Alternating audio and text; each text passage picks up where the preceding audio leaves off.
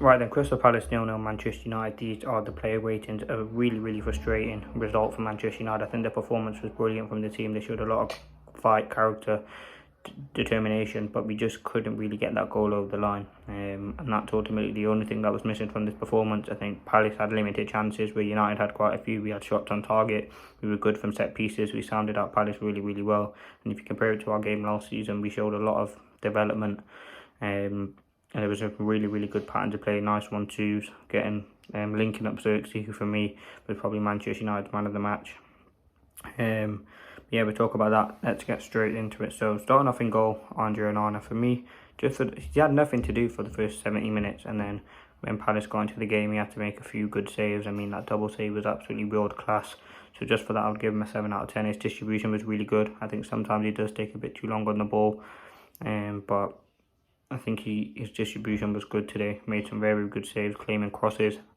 Yeah, and overall had a very sound performance. I'd give Onana a 7 out of 10. Right back Masraoui for me, a 7 as well. I think very good defensively. Made some very good tackles against Eze. Eze is a very tricky opponent. I think Masraoui going forward as well was very good, very neat and tidy on the ball. Doing a very good job. Started all the Premier League games now, and he is doing a very good job. He looks like a very good buy. And I think you look at what we needed in this game. His attacking prowess is a bit, I think, needs improvement, but I think today you can really show what he did. He got on the ball, inverted, and I think it was very sound. Delit as well, a 7 out of 10. I mean, some very good blocks. Should have scored from the corner. Kept another clean sheet. Another dominant performance by him. Very good on the ball. Some very good moments. Some very good tackles. Read a few crosses that put in. He cleared effectively as well. So I'd give him a 7 out of 10. Lissandro, a 7 as well. I mean, made that one silly tackle which could have massively affected the game for Manchester United. But other than that, I think he did very well. Some very good interceptions. I mean, they kept Lisandro Martinez and Delit kept Mateta quiet, who has been on some hot form recently. So you got to give praise for that. But yeah, I think Mateta did really struggle, and I think that's testament to Martinez and Delit, because they did very well defending him. Left back Delot, I think for me a 7.5. Actually, he could be a contender for man of the match. I think the way that he went inverted into midfield today, some very good outballs. I mean, that ball that he played to Garnacho, which he should have scored, was top, like world class. Defensively very well, was very sharp. He's doing a very good job for us at left back, and you can see the role that Ten Hag has for him, inverted in midfield, getting on the ball, picking up, driving with it, giving us another option. And I'm very happy with Delot's performance. So yeah, I think the defence did a very good job. We limited Crystal Palace's chances. There was only once or twice where we kind of got ripped through in midfield and they were running down on our defence. But I think overall defensive unit, as well as Onana, did very well today. So very happy with them. Into midfield now. Listen, Eriksen, you got to give him praise. A 7 out of 10. Played, 75 minutes or 80 minutes of the game, something like that. Had a very neat and tidy performance and very good patterns of play. Obviously, the worry was he would get overrun in midfield, but there weren't too many cases of that. His crossing ability was fantastic. He just keeps it neat and tidy, keeps the ball flowing. When Delot would go into midfield, he would kind of move out to that left-back position to help provide a sort of option. And I think that was really important and one of the key assets of this Manchester United team. I think Eriksen, after a few good performances now, he started the last 3 games. It's just unfortunate with the age of Eriksen, he is too old, and just if he was, as I said every game that he plays, if he's just younger, he would be so beneficial for us. He can still do it though. I think his performance was really good. A lot to build on and a lot of positives from him. So yeah, I think Eriksen would be a 7. I think there was a lot of positive performance. The only thing that was missing was the goal. Now Manu as well at 7. I mean, there was a lot of nice neat flicks from Manu, some very good passing. Like normally the Palace midfield would have dominated Manchester United, but Kamada and Wharton had a very tough day. And that's down to Manu and Eriksen in there. I think the pivots were brilliant. I think Manu showed a lot of maturity. He had a rest midweek, so he looked sharp today. Nice 1-2 with Zirkzee, and you can see that real sort of fluidity in that midfield. And number 10, Bruno, I'm going to give him a 6. I think he was underwhelming today.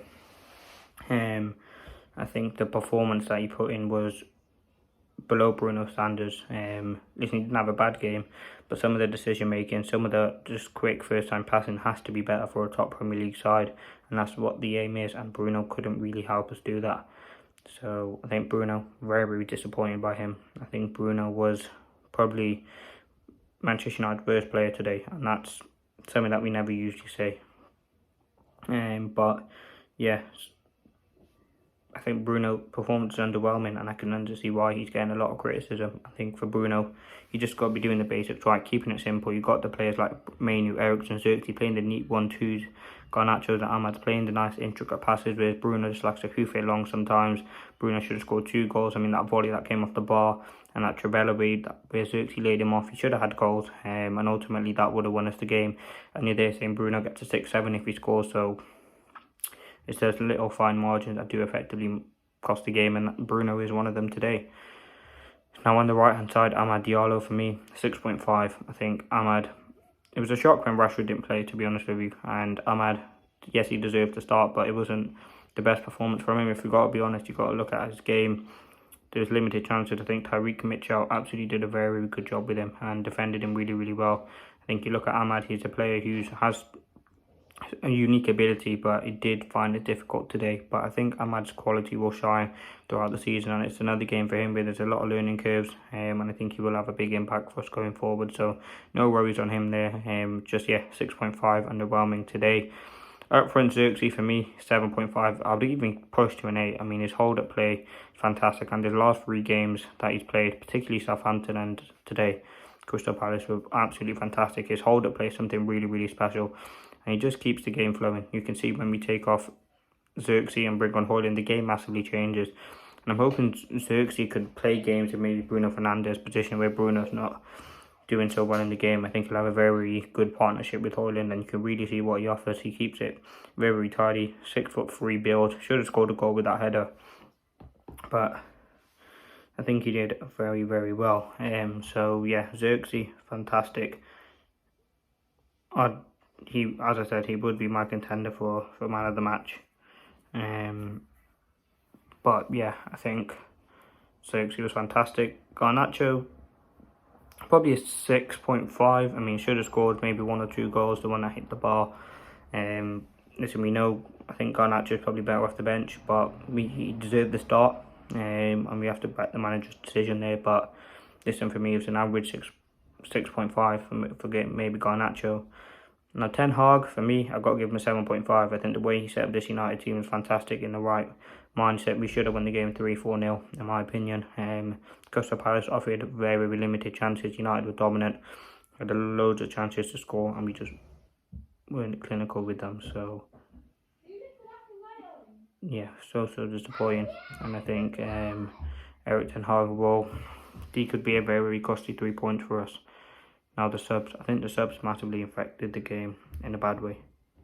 I think when you're looking for subs, you're looking if they can really impact the game. And I think Ten Hag got it wrong. I think taking off Zirkzee was the wrong decision. I think you could have brought on Højlund, but maybe for someone else. Obviously Rashford, I give him a 6 out of 10. Garte a 6 and Højlund a 6. Yes, sometimes you are crying out for subs, but I don't think this was a game for subs. I mean, I probably would have took off Ahmad for maybe Rashford if you want to do that, but listen, Rashford didn't really impact the game. We didn't really notice him when he came on, and that's ultimately is kind of something that's happened in this game. I think he did struggle to kind of get into the game, very, very limited moments. But listen, let me know your thoughts in the comments. Either like if you did enjoy, comment, subscribe if you're new. My man of the match would be Joshua Zirkzee. Thought he was brilliant. Listen, we need the 3 points, but we move on now, 20, and then we got obviously Spurs next week. So thanks for watching.